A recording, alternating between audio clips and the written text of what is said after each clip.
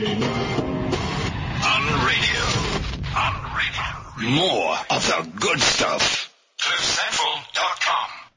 And we're back on Unbranded. We're so excited for today's show. We have a show about the beauty of relationships and also the downside of the relationships. Can relationships impact your personal brand? Does it make your brand better? Does it make your brand worse?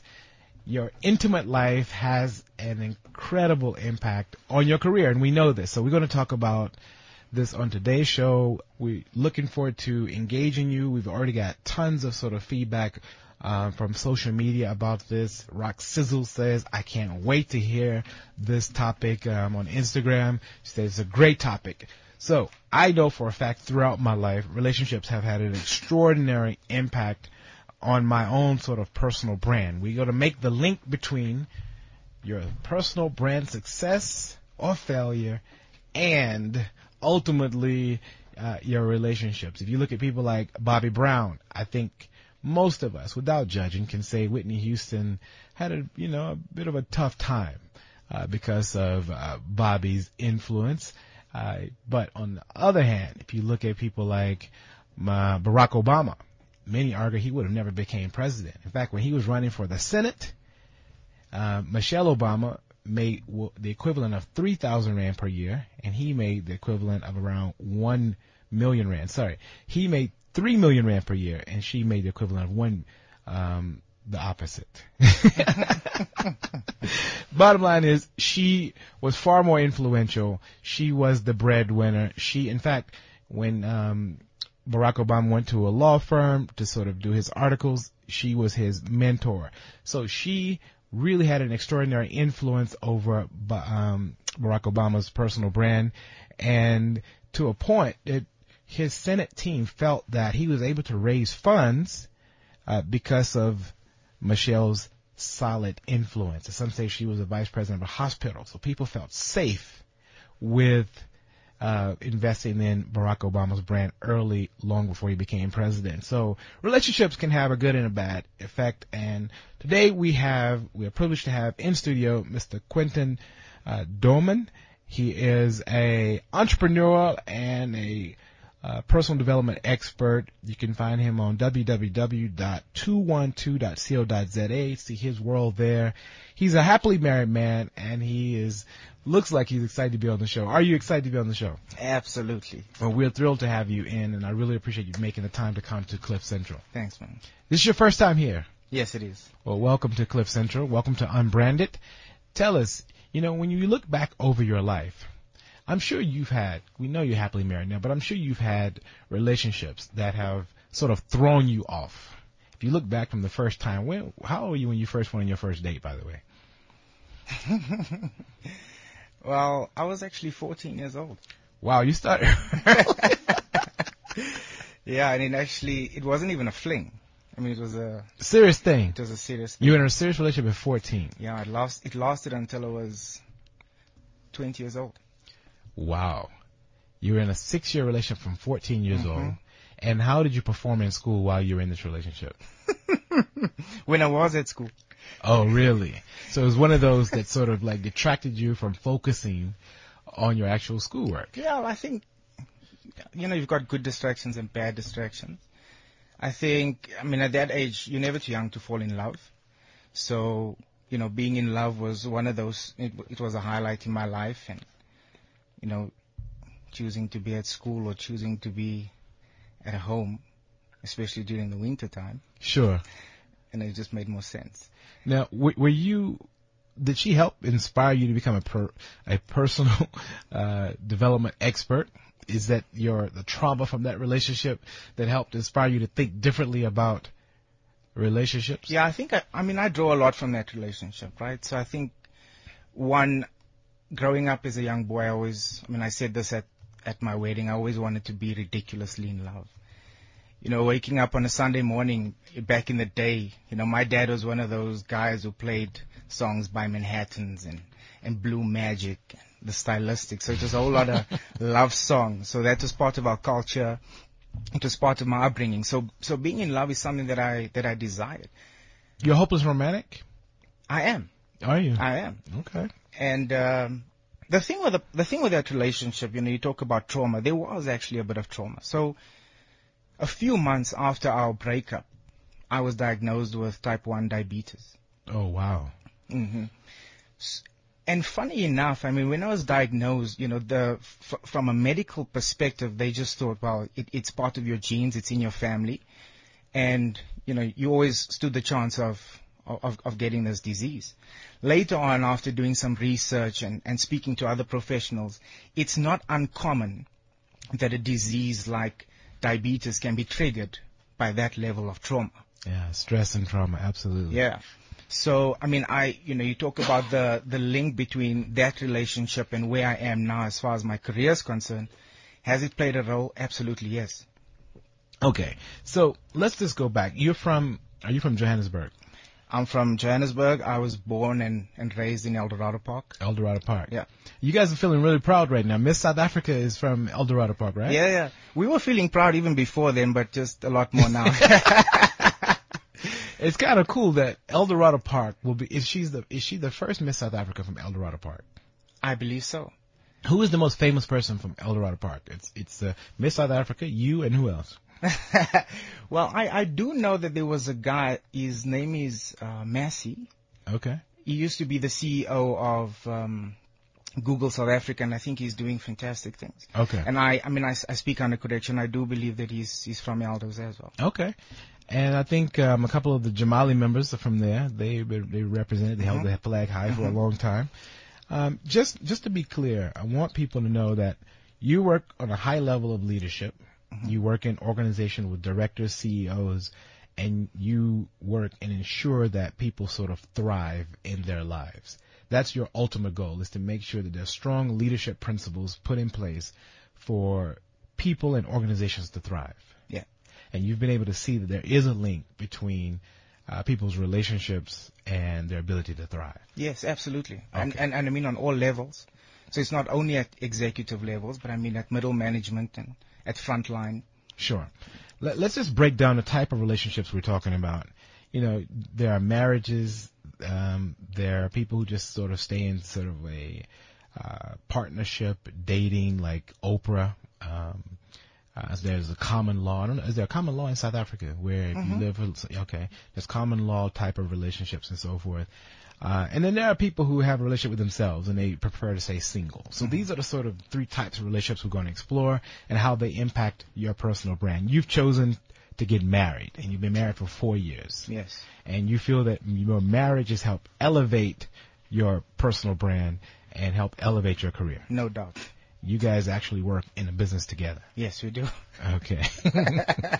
Are you telling me there are not times when you're like, you wish that you guys worked in separate businesses? I can honestly say I don't.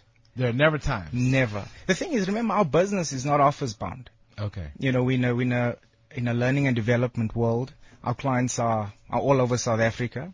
We've got clients in other parts of Africa. So a big part of our business is traveling.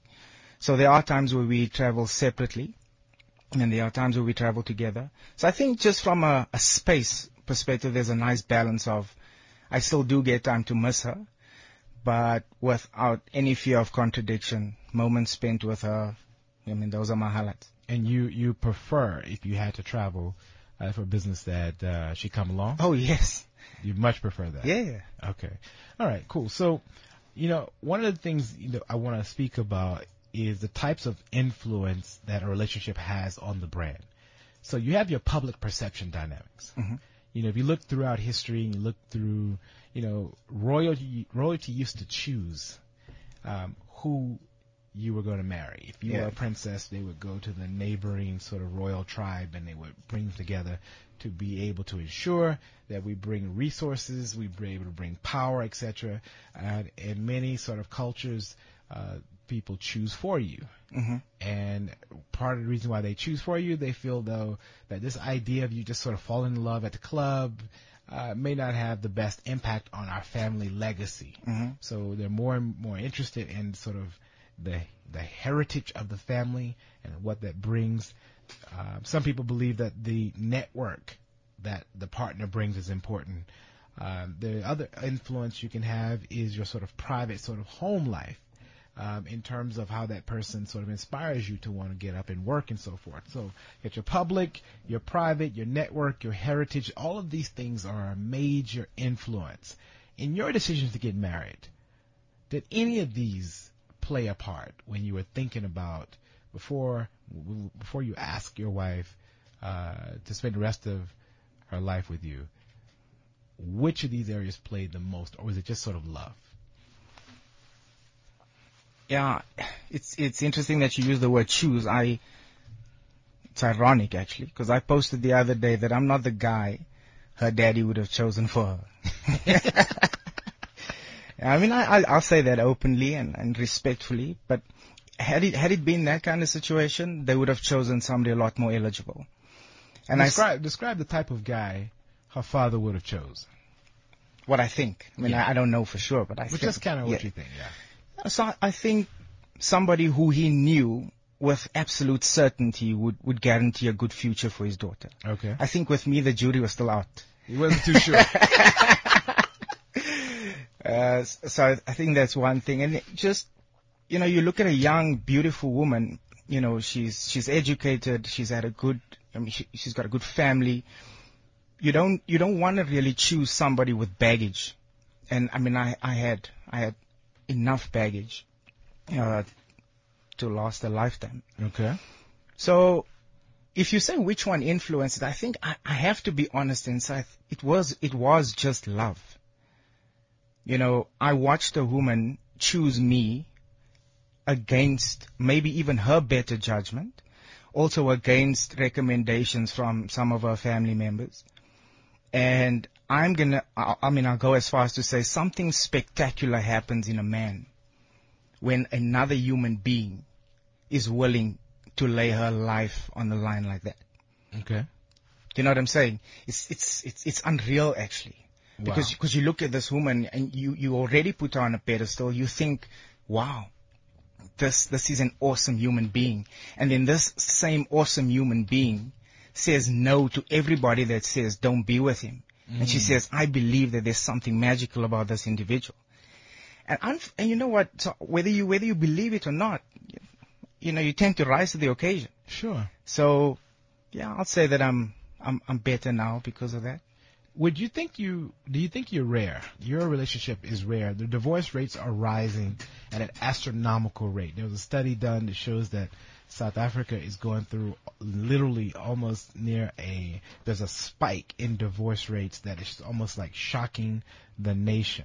In fact, you know, in a study done a year or so ago, the Justice Department annual report has put South Africa on the map in terms of matrimonial woes, as new figures show that the divorce rate has rocketed by 28% from 39,000 to 50,000 cases. So that means that we are going through an extraordinary chapter in history where people feel that they aren't experiencing what you're experiencing. Mm-hmm. What's your secret? Well, I think part of the secret is maybe just being vocal about the fact that I'm part of that statistic as well.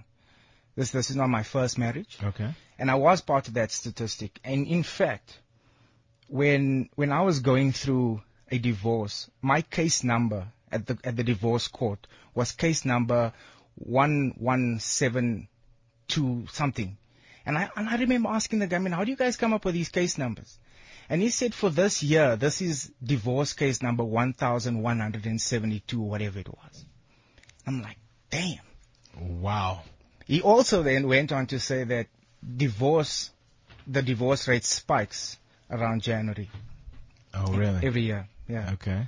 Is that probably a South African number? Coming out of the holidays, people in debt, trying to impress people. What were the main reasons for your divorce? Unbranded, uncensored. Okay. You can go anywhere. No, I think, there was a number of things, a breakdown in communication. Definitely some really, really bad decisions on my part all the way through from the get-go. So you were part of the challenge. Oh yes, You're absolutely. part of the issue. Yeah. Okay. Now let's sort of fast forward quickly relative to your own sort of success as an entrepreneur. relative to your ability to sort of network. Social media is playing an extraordinary role in the life of relationships. Mm-hmm. Have you ever gone into your wife's profile to see who and what men are following? Personally, I don't, but I do encourage her to be friends with all friends from school, ex-boyfriends. I mean, I like that level of openness. I'll tell you why. One is a selfish reason. The more men in her life, or boys, friends, family, that's on her social media, that gets to know how happy she is with this man that they thought she shouldn't be with, I'm cool with that. If a woman sends you an inappropriate inbox message, do you share that? Yes, I do. And oftentimes, if you find a situation where when you're getting messages or you are tempted and you see there are powerful women who are trying to sort of connect with you to do business, but they also want other benefits, how do you manage those situations? I don't know if you've seen this picture on one of the social media platforms. There's a picture of Jay-Z and Beyonce. And Beyonce is leaning over and looking at Jay-Z's phone, and she says, who's texting us, babe? Yeah. So we've just latched onto that, and it's a bit of, it's a joke, but every time our phone beeps or, something goes off, we've got this joke amongst one another. It's a public. Yeah, who text us, and who sent us a message. Because the more we embrace the fact that we are one unit, the better it is. Sure. There's less drama. Yeah. And is that something you've learned over the years, that that's the best way to approach it, that minus that sort of transparency, that you're setting yourself up? Mm-hmm. I mean, Timothy, you can obviously relate to this. We are warm-blooded males. To be tempted is the easiest thing as a man. Sure. To fall to that, to fall victim to that temptation is the easiest thing as a man. So the best advice to myself is, because I struggled with this in a big way in my past, is to run, is to place absolutely no confidence in myself when it comes to those situations. Sure. I'm never going to be the guy that says, I can meet with that lady and I got this. I've got this under control. I'm a good guy. I can make superior decisions. I'm never going to do that. Wow. The only advice is to run. Now, from a to flee, like Joseph did, From a couple's perspective, do you guys have, like on your Facebook profiles and so forth, your social media profiles, do you have both your faces? Yeah, I think we go through cycles. Liesl is a lot more private on social media than what I am. I'm more public about things we do in our marriage. I'm also, because I'm in the personal development space, I believe that social media is not only a platform to broadcast, but it's also a platform to serve. So I share stories and suggestions about relationships on social media. But do we have pictures with both of us? Yes, we do plenty. Okay. All right. Awesome. Now, one of the things that I feel that's happening, especially amongst, when it comes to sort of personal branding, it seems as though people judge you, and I think this has always been the case, but more so now. People judge the quality of who you are by the relationship. Whether, just like the Barack Obama and Michelle Obama case, what sort of value has your relationship brought to your personal brand? Do people feel like you're more serious, you're more powerful, you're more influential, and that you are a better investment in terms of doing business if they were to scan or do sort of an audit of your public sort of profile? How does your partner, your spouse, impact your public perception? I think it depends on the lens that particular client is seeing me through.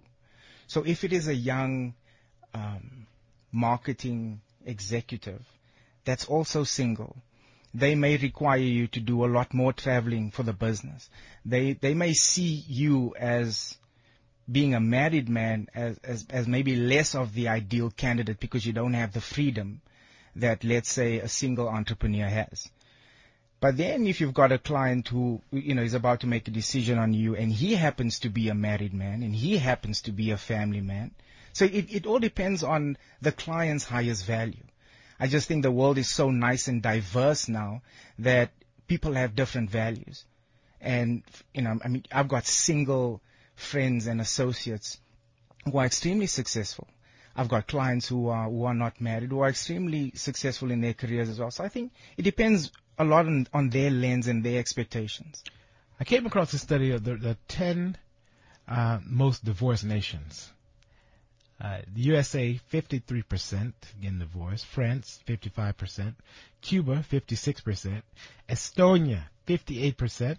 Luxembourg, 60%. Spain, 61%. Czech Republic, 66%. Hungary, 67%. Portugal, 68%.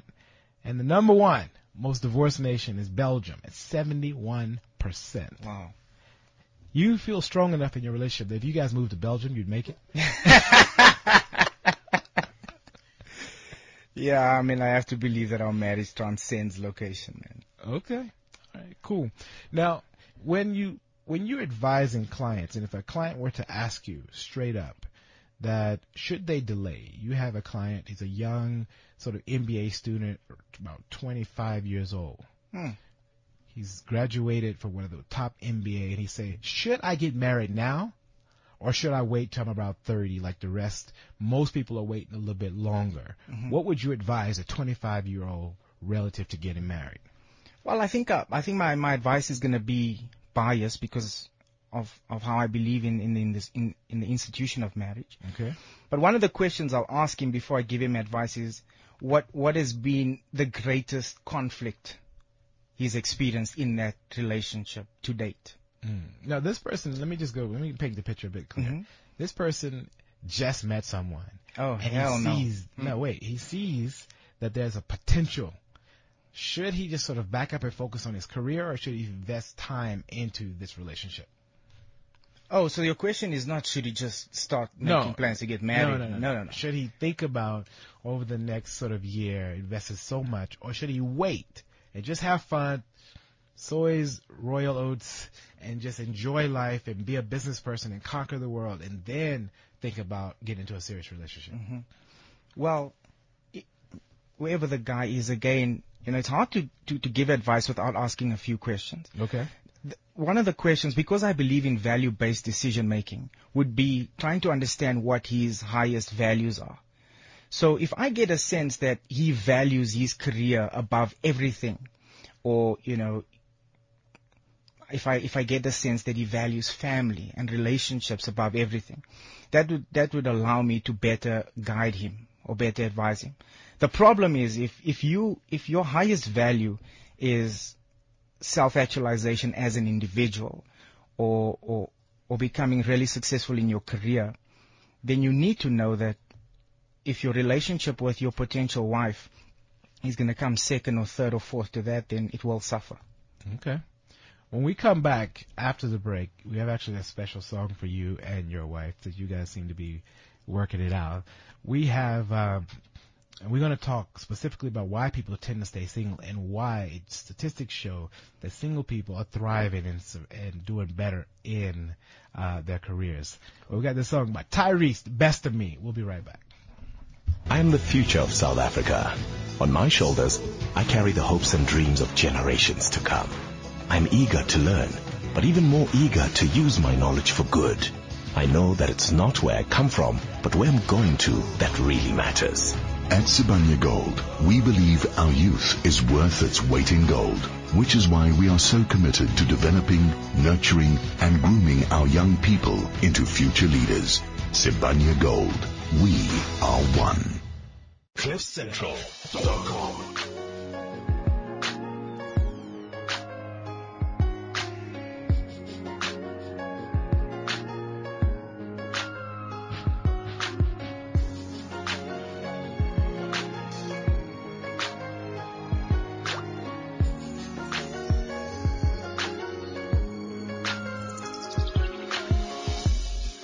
What a joy it is to be loved by you. Unreal, uncensored, unradio. CliffCentral.com. Wow, that was Tyrese the best of me. And relationships can bring out the best in you, and they can bring out the worst in you. We're talking relationships and personal branding today with Quinton Douman. You can check him out at www.212.co.za. He's an entrepreneur. He is a personal development expert, and he really, really believes in the power of marriage, and he's happily in love. And in fact, he's the type of person who, when he goes on holidays, when he goes on business trips, he would rather take his wife because she makes him better. In fact, you sang this song by Tyrese on Facebook. Yes, I did. Wow. From Florida. You were in Florida. You were missing her. You sang the song. You posted on Facebook. Mm-hmm. Why wasn't it enough to just sing the song and send her an email? Yeah, that's a good question. I mean, the thing about being a hopeless romantic is about dazzling your wife.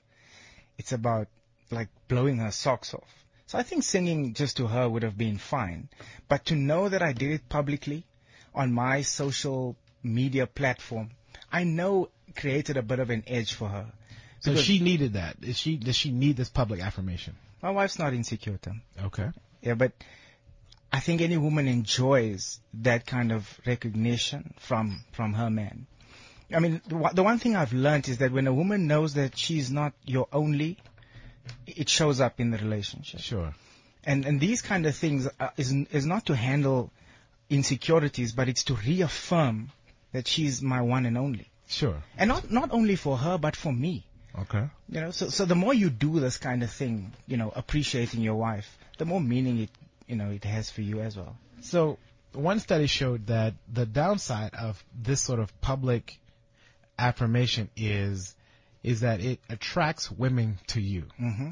It suggests that if you're willing to do this, that means there's something special about you, and women come after you. Whereas if you hadn't have posted this, then you would not be as vulnerable to the attacks of other women who want your seed. Absolutely. So how do you feel about managing that balance? Especially as a public person, as your personal brand grows, I mean, you're in a trajectory in your career where you're going to become more exposed. Your brand is going to become larger, etc., and you'll find yourself in a situation where people will come after you, and the more people see how good of a man you are, they're going to come after you. Do you think you will sort of pull back, or you're going to continue as intensely around posting your relationship? So I think for me personally right now, I'm going to continue just the way it is. And my strategy remains the same. The more attention I get, the faster I flee. I mean, that's the only strategy. You don't entertain those things. You don't try and manage them because you can't manage them. You just run. The minute you accept a dinner date or the minute you accept a personal message without telling your wife, you've entered dangerous ground. Okay. I know, and I speak with conviction about this because like many guys, I've been there. Sure. Nothing bad starts out with bad intentions. Got it. You know, it's just friendly. She's doing well. She's doing her thing, and I want to be connected. It all starts out, I think, pretty innocent. And before you know it, you know, you're confiding in one another. She's filling a gap that, you know, maybe's been there all along in your marriage. And when you look again, it's game over. What advice would you have for celebrity couples who physically have decided to remain private? Beyonce and Jay-Z were very private for many, many years. In fact, they didn't even let anybody know they got married. You know, I think they went 6-7 years without anybody. They wouldn't even talk about the relationship because they felt that made them more vulnerable. Mm-hmm. So for a celebrity couple where there are major stakes in people being involved in the relationship, getting intertwined into the relationship, what advice would you have for a celebrity couple? Yeah, so I mean, obviously, I can't speak from experience because we are not a celebrity couple. What I do know is that if your marriage or your relationship is part of your highest value, then it means you protect that relationship at all costs. So whether it's the paparazzi or whether it's your brother or your mother, whether it's your business, it's about protecting your relationship before anything else. It's about being willing to forsake all other things, and that thing may just be fame, but not to forsake your relationship. Have you ever had a moment where you guys, in particular, you in your relationship, have had to sacrifice a goal or a particular sort of dream that you wanted, or something you really wanted because of the relationship?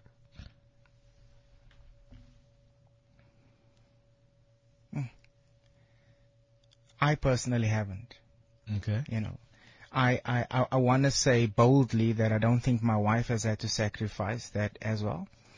But man, I'm looking at her now and I'm hoping she can give me a nod of approval. Yeah, so I, you know, as far as my memory or recollection goes, I think because the fact that so many of our interests are aligned, we haven't really had to give up anything for one another. There's another great study on Psychology Today that shows 23 reasons single people are healthier. Number one, people who have always been single exercise more.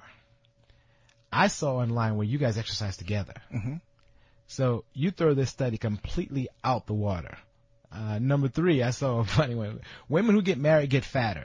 Has she changed in size since you guys got married? She's changed a few times. But I mean, that's life, you know. I mean, she'll tell you honestly. I think there's a period where she put on a little bit of weight and then she toned up again. And right now she's just 10 out of 10, man. 10 out of 10. Oh, awesome. Single Listen, men. you're sitting with me in the studio. Yes. I mean, you've done a great job. Number 5, women who have always been single have better overall health. Number 6, women who have always been single are healthier than men who are currently married. It's really interesting. You know, I'll actually post this link. Number 11, single people have a more diverse set of confidants. Who are your confidants outside of your marriage? Okay. Yeah, I mean, yeah, I'm sure you have mentors, advisors. I do. So for me, my philosophy is just always to separate. Are we talking about advisors or close friends? It can be either one. Okay. I mean, my philosophy is just to separate the cronies from what we call the brigades. Okay. You know, back in El Dorado Park, there were many words for friends like Gazilam and Achus and Hont. But there was this word called, brigade. You know, like a fire brigade or brigade in the military. Sure. If somebody was your brigade, it basically means that this is a guy that had your back, no maganchan, you know, no matter what. And so I've got a handful of people who I can say are my confidants. I lost one, my granny last year, and she was one of those people you just go and listen. You know, you don't speak, you don't debate because there's just so much wisdom there. You go and you sit and you listen. Sure. I've got my mother. I've got a good relationship with my pastor, and I've got 3 distinguished gentlemen who I call my brigades. Got it. Who I go to. Okay. Just on that study, I want to tell you something. I think this is really interesting. When I was diagnosed with diabetes, my blood sugar level was 37. So I should have been in a coma and I should have actually died. And when I got married to Liesel, there's a test that they do for all diabetics. It's called an HbA1c. It measures your average blood sugar levels over a 3-month period. Before I got married to Liesel, my average blood sugar level was around 14, which means that on average my blood sugar was 14 at any given day. Sure. It should be between 4 and 8 to be healthy. And just fast forwarding now into my marriage, my HbA1c is consistently an 8. My physician and I are, she's so happy with me. She wants to use me as a case study, but I have to again just say with confidence that this is it's a result of being in a good marriage. Got it. So a healthy relationship has taken you into an extremely healthy space in terms of your biology, your spirituality. An unhealthy relationship, in your case, had you literally near death. Absolutely. So that's the extremes. Mm-hmm. I wanted to share a couple more things in this one study around, because I think this is important, because I find that so many people's personal brand are gripped and they find themselves crippled because of debt. Single people seem to have less debt. Single people are less materialistic. Number 15, single people are more likely to value meaningful work. Number 23, and this is sort of what we call the bottom line of the study. The study says, I think single people are more resilient than everyone else. I'm certain, based on this interview, you would argue you're more resilient with your relationship. Mm-hmm. But you will admit that, if you look throughout society, if you look at your own network, how many people inside of your network are as happy as you guys are? Are you guys lone soldiers? No, I there's definitely one other couple in my close circle. My mom and my dad, my mother-in-law and my father-in-law. Okay. Yeah. But in your business sort of network, you guys in my business network. In your business network, you guys go on double dates. Yeah, so unfortunately, most of them are unhappy. Yes. So you guys can't really go on double dates. Because you're that couple that makes other people go back and want to stab themselves. You know that couple, they out there holding hands, they kissing, and another couple looking like, this is some bullshit. You're that couple, so you can't go on double dates. No, I'm so sorry about that. We do, and we've done that with clients as well. I mean, the one client of ours, they've been married for 20 years, and we were having dinner, and he had nothing but good things to say from the perspective of being inspired by this young love. Okay. So I wanna disagree and say I think our presence as a couple is more inspiring than it is condemning. Okay. Yeah. So when people go out, if I were to go out on a double date with you, I'd leave that going, wow, I may want to just get married. Yes, I think so. I mean, I know of two people who decided that they would get married after our wedding, who before that strongly felt that marriage was not for them. See, the thing with Liesel and I want to say this just, because it's starting to sound like it's perfect, but the thing with Liesel and I is that there's so much imperfection. And I think that's what people can see. If you get around us long enough, you'll see that there's a lot more imperfection than what there is perfection. So what happened? You just manage it? You manage it well? Yeah, and we just love each other through the imperfection, man. So the last fight you got in, I'm sure you have fights like normal people. The last fight, what was it about and how did you handle it? We have a few.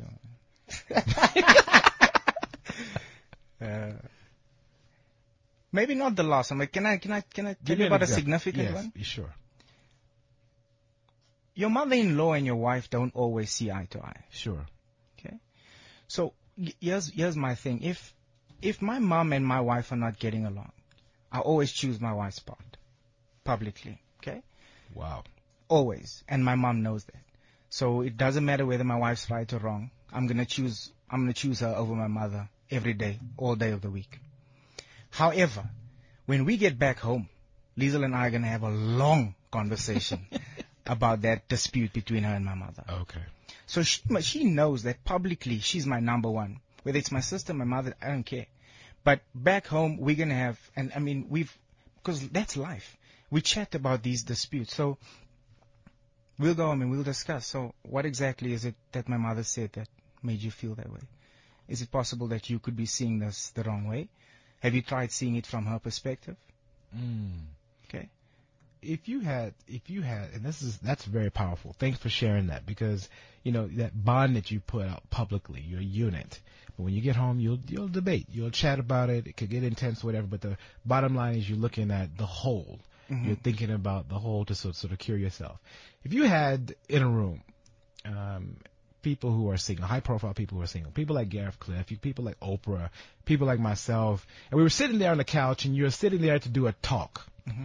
And your job was to inspire us to think about marriage and how it can impact your personal brand. Give us 3 sort of things that you would say to Oprah, Gareth Cliff, and myself to inspire us to really think about marriage. And would you bring your wife to this talk?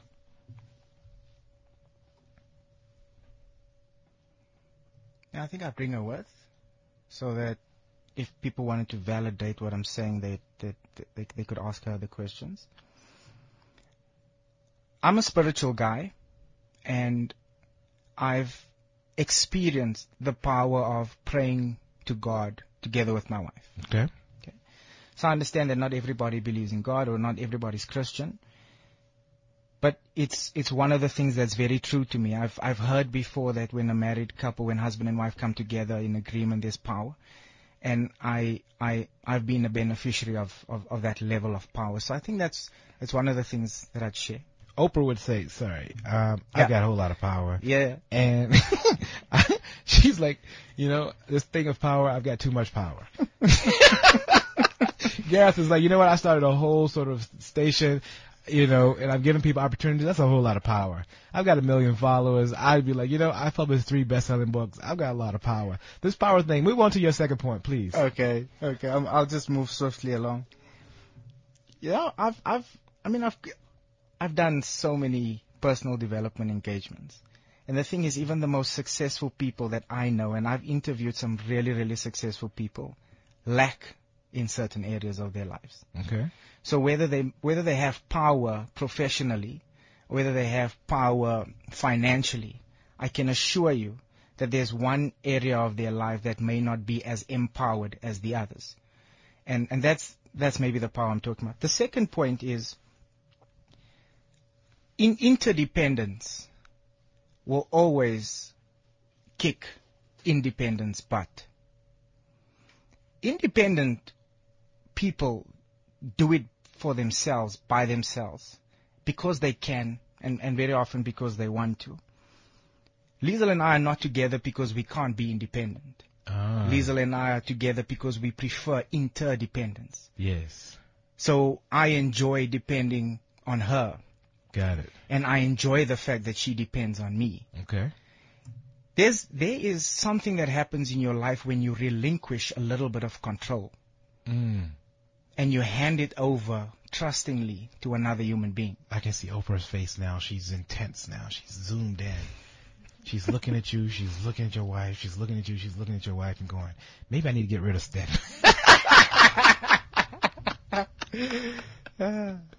Yes, okay. Yeah. So, interdependence is the one thing. And I don't know what this would mean to these people, but for me, the sex is better.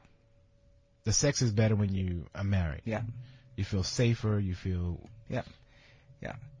I know maybe the Christian people listening to the show maybe not enjoy this, but one of the best things as a married man is to, after making love to your wife, to be able to say, thank you, Lord. Wow.